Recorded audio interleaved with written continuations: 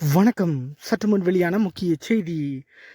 தமிழக வெற்றிக் கழகத் தலைவரும் தமிழக முதல்வராக தேர்ந்தெடுக்கப்படக்கூடிய இருப்பவருமான நடிகர் விஜய் அவர்களின் முதல் கையெழுத்து எது?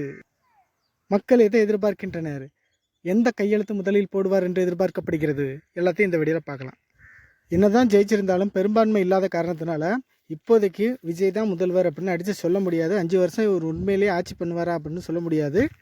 ஏன்னா எதிராளிகள் அப்படி அதை சமாளிக்கிற அளவுக்கு ஒரு ஸ்கில்ஸ் இவர் வளர்த்துக்கிறது அவசியம். இல்லை அப்படின்னா ஆட்சி ரொம்ப நாள் நீடிக்காது. முதல்ல இவருக்கு எந்தெந்த கட்சி சப்போர்ட் பண்ணுதுன்னு தெரில. எப்படி எதுவும் சப்போர்ட் பண்ணால் மட்டும்தான் முதலமைச்சராக தொடர முடியும்.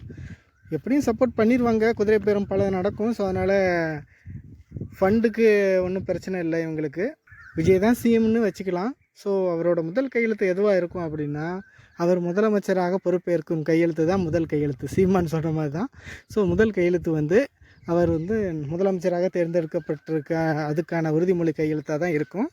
அடுத்ததாக பொதுவான கையெழுத்து, அதில் முதல் கையெழுத்து எதாக இருக்கும் அப்படின்னா பெண்களுக்கு 2500, பெண்களுக்கு பஸ்ஸு, இந்த பெண்களை தான் முன்னிலைப்படுத்துவாங்க. ஸோ அதனால் பெண்கள் திட்டத்துக்கு ஏதாவது ஒரு இதில் முன்னிலை கையெழுத்து இருக்கலாம். பெண்களுக்கு இலவச குறிப்பாக அனைத்து பஸ்ஸுன்னு அவங்க இதில் போட்டிருக்காங்க.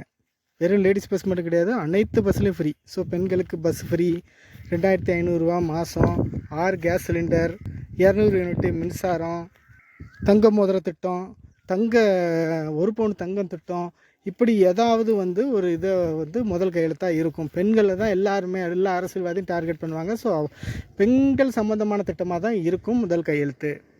இப்போதைக்கு எதுவும் பிளான் இல்லைப்பா, ஃபண்டு இல்லை அப்படின்னு நினச்சாங்கன்னா பெண்கள் சம்மந்தமாக நிறைய மற்ற திட்டங்கள் கொடுத்துருக்காங்க. பாதுகாப்புக்கான திட்டம், பெண்களுக்கான தனித்துறைகள் உருவாக்கப்படுறது, பெண்களுக்கான சேஃப்டிக்கு இதுக்கு செலவு பெருசாக இல்லை. ஸோ அதனால் இந்த மாதிரியும் ஏதாவது கையெழுத்து போடலாம்.